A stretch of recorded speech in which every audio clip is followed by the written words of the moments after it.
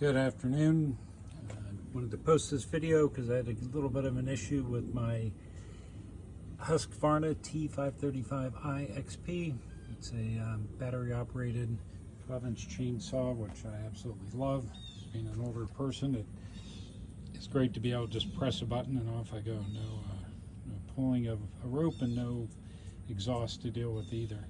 The issue that I had was I took it apart to put a new chain on. I had a lot of sawdust buildup, and when I went to put it back together, I could not, for the life of me, get the cover nut to catch onto the stud that the bar sits over. So, kind of a stupid situation. It took me a little while to figure it out, but if you take a look at the Husqvarna, basically their manual, their workbench manual, there are detailed instructions in there. I happened to look at an eBay parts breakdown that somebody was selling parts from one of these, and it occurred to me that the stud that the bar goes over sits into the, or actually comes through the oil reservoir.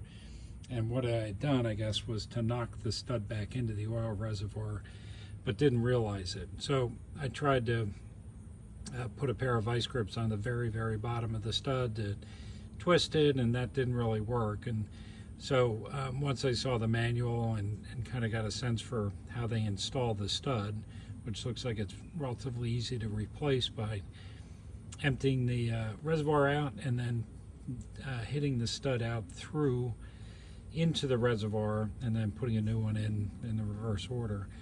I basically put an oversized nut over the stud, put a nut from an extra bar cover that I had that I took off, which comes off with these 3 spring clips pretty easily.